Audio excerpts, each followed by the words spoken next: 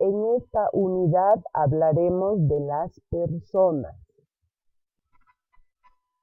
Persona es todo ser natural o moral capaz de adquirir derechos y contraer obligaciones. Entonces es persona aquel que tiene esa condición de manera natural, como cualquier ser humano.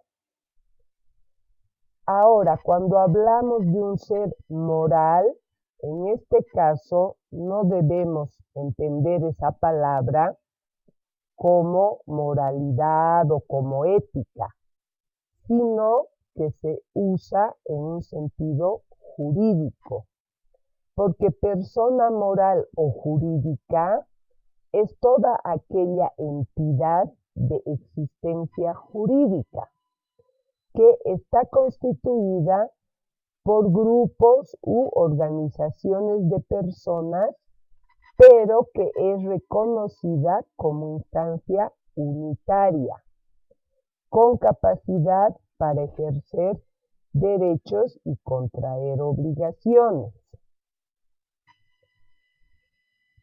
A ese término de persona va unido el de personalidad, que también lo usamos en un sentido jurídico, no psicológico, porque desde el punto de vista psicológico, la personalidad es el conjunto de características psíquicas de una persona. En cambio, en este caso, usamos el término personalidad en un sentido jurídico que significa capacidad legal para ser titular de derechos. Esa personalidad se la adquiere en el momento del nacimiento. Los derechos de la personalidad son, en primer lugar, el derecho a la vida, es decir, el derecho a existir. El derecho al nombre, que comprende el nombre propio y los apellidos del padre y de la madre.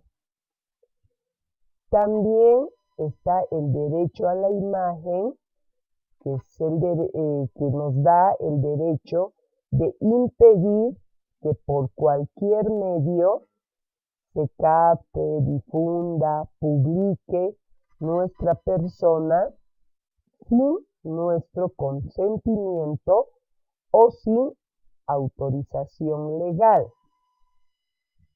Por ejemplo, cuando se participa en un acto público, sí puede haber una reproducción legal de nuestra persona.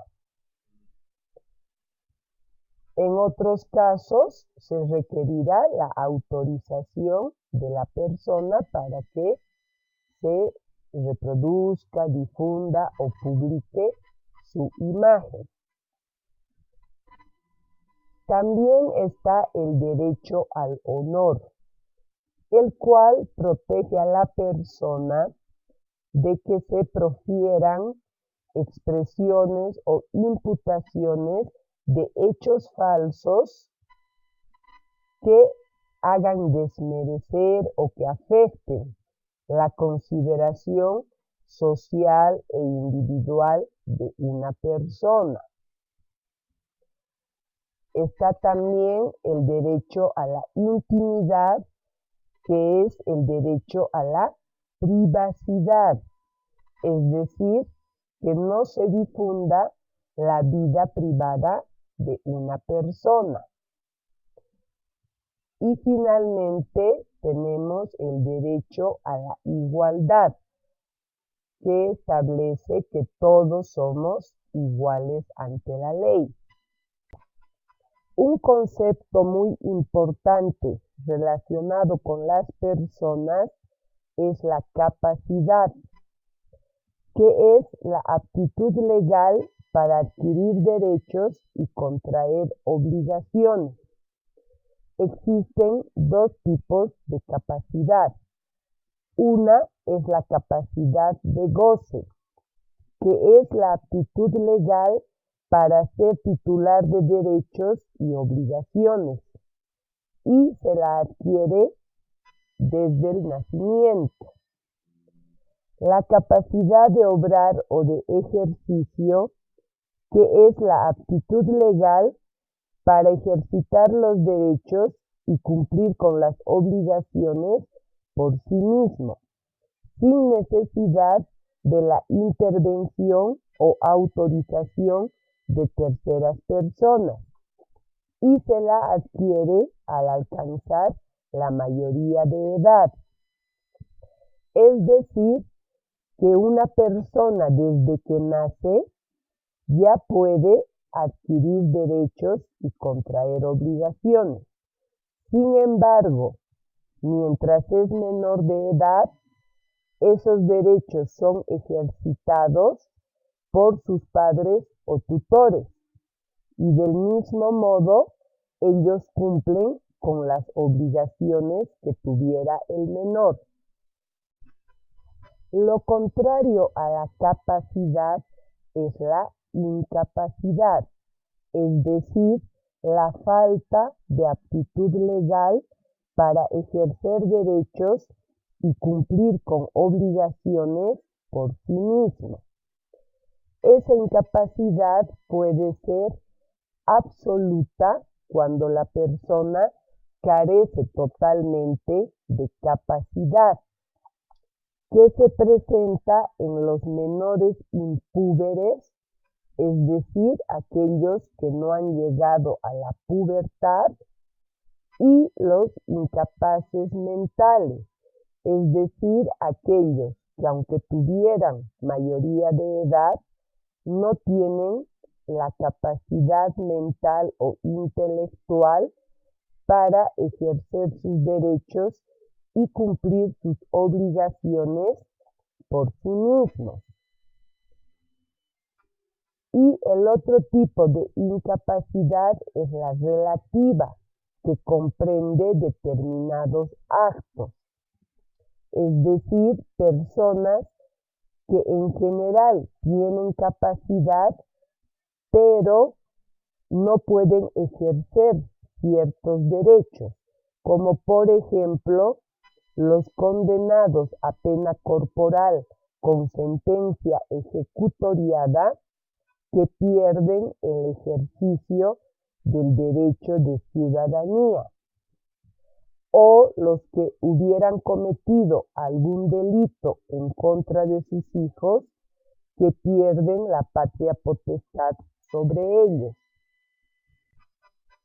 Las personas o sujetos de derechos se clasifican en personas naturales o físicas y personas jurídicas o morales.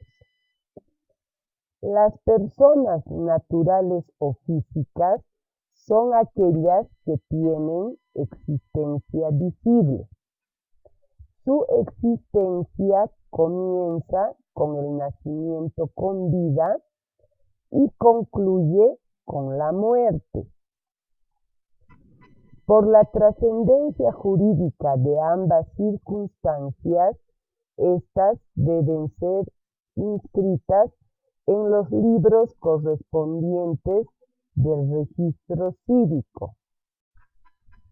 Es importante diferenciar el nacimiento de la concepción. La concepción es la unión del espermatozoide masculino con el óvulo femenino, y a partir de ese momento el nuevo ser es considerado como nacido para todo lo que pudiera favorecerle, y para ser tenido como persona es suficiente que nazca con vida. El nacimiento es el desprendimiento total del infante del vientre materno. El nacimiento es importante para el derecho porque gracias a él se transmiten y adquieren derechos. Por ello, es importante determinar cuándo un infante nace con vida y muere a los pocos instantes o nace muerto. Porque si el infante está muerto antes de ser separado de la madre, entonces no ha adquirido, no ha alcanzado la condición de persona y por lo tanto no ha adquirido ningún derecho. En cambio, si el infante nace y muere a los pocos minutos, entonces sí ha adquirido derechos, como por ejemplo el derecho a la herencia. Como dijimos, el fin de la existencia de una persona se produce con la muerte. La muerte es la cesación total de las funciones biológicas de una persona, es decir, cesan el aparato respiratorio, el circulatorio, digestivo, etc. Puede producirse por diferentes causas, como un accidente, una enfermedad, la vejez o por violencia, cuando ocurre un homicidio, un asesinato, etc.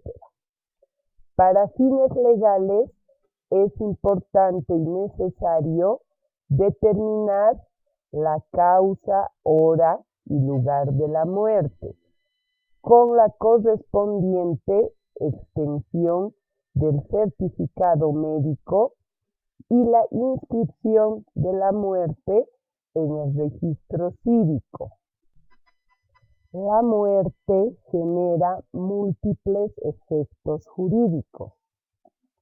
En primer lugar, la extinción de derechos, porque los derechos de una persona concluyen con su muerte.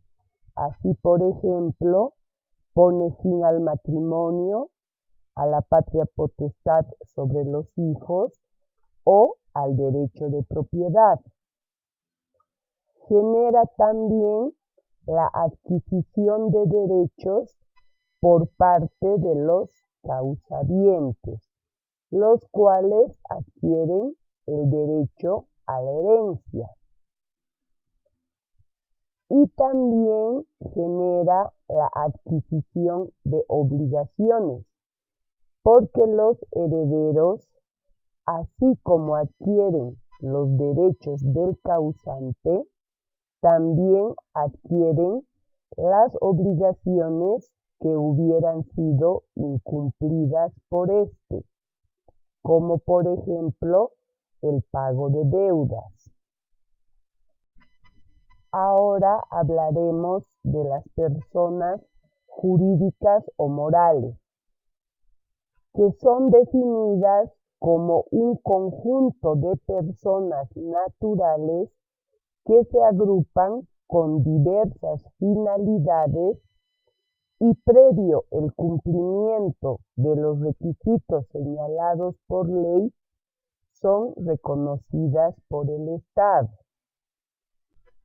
Ese reconocimiento que otorga el Estado se denomina personalidad jurídica, la cual se tramita ante las gobernaciones cuando se trata de fundaciones y asociaciones sin fines de lucro y ante el registro de comercio cuando se trata de sociedades comerciales. Para solicitar el reconocimiento de personalidad jurídica, la persona jurídica requiere contar con patrimonio propio, es decir, un capital mínimo o un conjunto de bienes que les permita iniciar sus operaciones.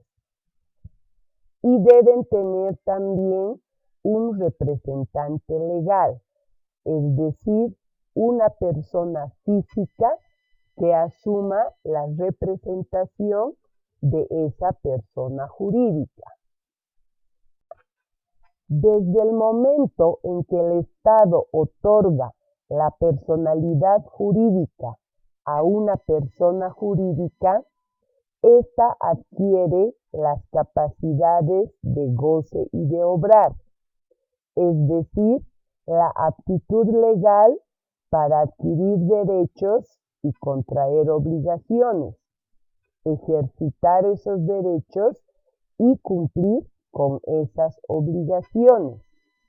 Además, también se protegerán los derechos inherentes a la personalidad, como el derecho a existir dentro del marco de la ley, así como su derecho a la imagen, a la intimidad o privacidad, y también la protección de su nombre, que en este caso se denomina razón social.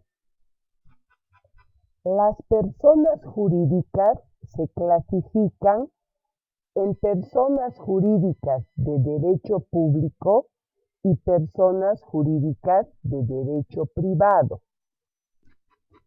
Las personas jurídicas de derecho público son denominadas también personas administrativas y son las encargadas de proveer los servicios necesarios para la existencia de la sociedad. Dentro de las personas jurídicas de derecho público tenemos en primer lugar al Estado, que es el de mayor jerarquía e importancia. Tenemos también a las gobernaciones, los municipios y demás entidades públicas reconocidas por la Constitución y las leyes. Las personas jurídicas de derecho privado nacen por iniciativa privada. Por eso también se las denomina de existencia posible, en contraposición a las personas jurídicas de derecho público, que son de existencia necesaria. Estas personas jurídicas de derecho privado pueden buscar un fin económico o un objetivo carente del sentido de lucro, es decir, que no tienen como objetivo principal generar ganancias. Las personas jurídicas de derecho privado se clasifican en tres tipos fundamentales. Primero tenemos las sociedades, las cuales pueden ser mercantiles cuando persiguen un fin lucrativo, o civiles cuando no tienen fines de lucro.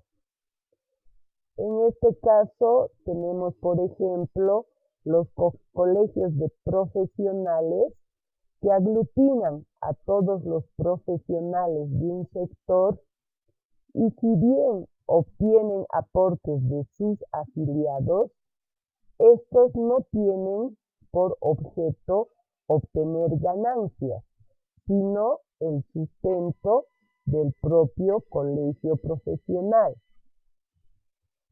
Tenemos también las asociaciones, las cuales están constituidas por varias personas que se unen para alcanzar un objetivo sin fines de lucro y que interesa a todos sus miembros. Por ejemplo, una asociación deportiva o una asociación cultural. Finalmente, las fundaciones, las cuales tienen por objeto destinar bienes por la voluntad de una o más personas a un objetivo especial sin fines de lucro, como por ejemplo las ONGs. Por último, veremos las causas de disolución de una persona jurídica de derecho privado. Esta disolución puede originarse en diversas razones según la naturaleza y finalidad de cada una de ellas. En este caso veremos aquellas que son comunes a todas las clases de personas jurídicas y las más relevantes. En primer lugar, tenemos el cumplimiento de la finalidad para la que fueron creadas. Por ejemplo, si se conformara una asociación de deudores de una entidad financiera que buscan refinanciar su préstamo o solicitar una ampliación del plazo para el pago de la deuda, por ejemplo, una vez que lograran la negociación con la entidad financiera, ya se disolverían porque cumplieron con la finalidad que se habían propuesto. Otra causa de disolución es la pérdida de su patrimonio, porque como vimos, uno de los requisitos para obtener la personalidad jurídica es tener un patrimonio que permita a la persona jurídica poder cumplir con sus objetivos. También puede disolverse por decisión de sus miembros, es decir, que los miembros de esta persona jurídica voluntariamente deciden disolverla. Otra causa es la existencia de una decisión judicial en caso de la comisión de delitos. En este caso nos referimos a aquellas situaciones en que una persona jurídica pueda ser utilizada para cometer delitos. Por ejemplo, crear una empresa con el fin de estafar a la población. En ese caso, además de la sanción que correspondería a los miembros de la persona jurídica con los delitos que hubieran cometido, también se podrá disponer la disolución de la persona jurídica. Y finalmente, por haberse cumplido alguna de las causas de disolución señaladas en la escritura de constitución. La escritura de constitución es el documento donde se señalan los aspectos más importantes de la persona jurídica, como por ejemplo el objetivo que persigue, quiénes son los miembros, con qué patrimonio están empezando a funcionar y otros aspectos, entre ellos podrían de antemano determinar las causas de disolución. Pueden, por ejemplo, fijar un plazo ya previamente definido o podrían prever que en el caso de que alguno de los socios falleciera, se va a disolver la persona jurídica.